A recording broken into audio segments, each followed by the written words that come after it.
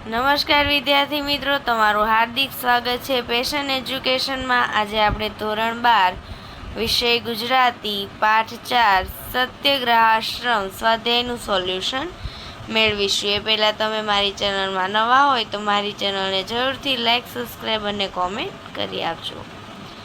પ્રશ્ન 1, નીચેના પ્રશ્નોના એક વાક્યમાં ઉત્તર લખો।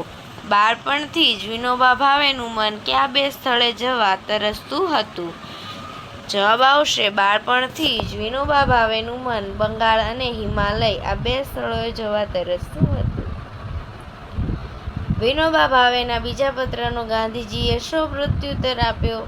જવાબ આવશે, સમાધાન વાતોથી નહીં, જીવનથી થશે। તમારે અહીંયા આશ્રમમાં આવી થોડા દિવસ રહો। ત્રીજું, ગાંધીજીના પ્રત્યુત્તરની કઈ વાત વિનોબા ભાવેને સ્પર્શી ગઈ? ગાંધીજીના પ્રત્યુત્તરમાં સમાધાન વાર્તાથી નહીં, જીવનથી થશે એ વાત વિનોબા ભાવેને સ્પર્શી ગઈ।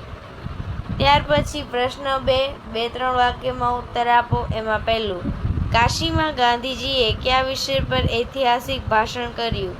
જવાબ આવશે, કાશીમાં ગાંધીજીએ અહિંસા વિષય પર ઐતિહાસિક ભાષણ કર્યું। એ ભાષણમાં મુખ્ય વાત એ હતી કે વિનોબા ભાવે વગર અહિંસા ચાલી જ ન શકે, પર સ્વાયત્ત અહિંસા છે અને એ નિર્ભયતા વગર આવી ન શકે। બીજો સવાલ, શાક સમારતા સમારતા ગાંધીજીએ વિનોબા ભાવેને શું કહ્યું? શાક સમારતા સમારતા ગાંધીજીએ વિનોબા ભાવેને કહ્યું, તને જો અહીંથી રહેણી કહેણી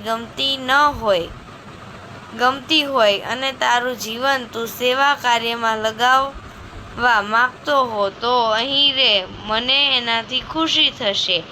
આગળ વધીને ગાંધીજીએ કહ્યું, પણ મને થોડા માંદલા દેખાઓ છો, આજ્ઞાની કદી માંદો ન પડે।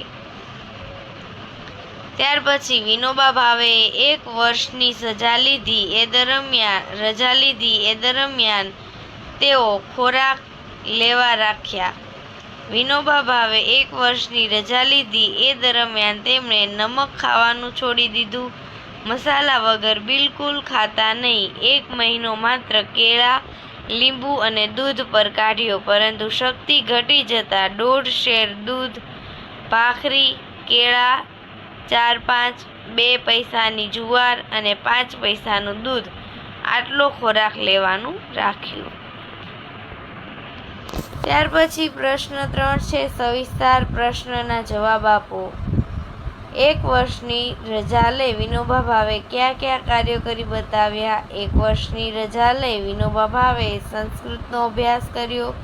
તેમણે ઉપનિષદો, ગીતા, બ્રહ્મસૂત્ર, શાંકર ભાષ્ય, મનુસ્મૃતિ, પતંજલિ યોગદર્શન, ન્યૂન સૂત્ર, વૈશ્ય સૂત્ર, યાજ્ઞવલ્ક્ય સ્મૃતિ જેવા ગ્રંથોનો અભ્યાસ કર્યો। બીજું કામ તેમણે તેમની તબિયત સુધારવાનું કર્યું અને ફરવા જવાનું તેમજ અનાજ દળવાનું શરૂ કર્યું।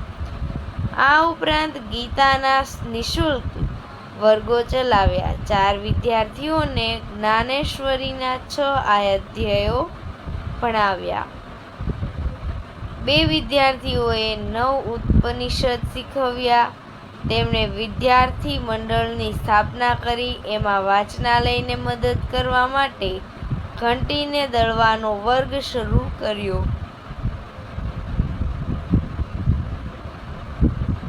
સૌએ બશેર દળવાનો, 1 પૈસો લેવાનો અને પૈસા વાંચનાલયને આપી દેવાના।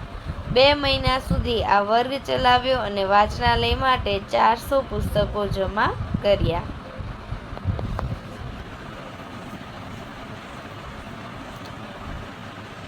જો તમને મારો આ વિડીયો પસંદ આવતો હોય તો મારી ચેનલને જરૂરથી લાઈક, સબસ્ક્રાઈબ અને કોમેન્ટ કરી આપજો, જેથી આગળના વિડીયો સરળતાથી મળતા રહે।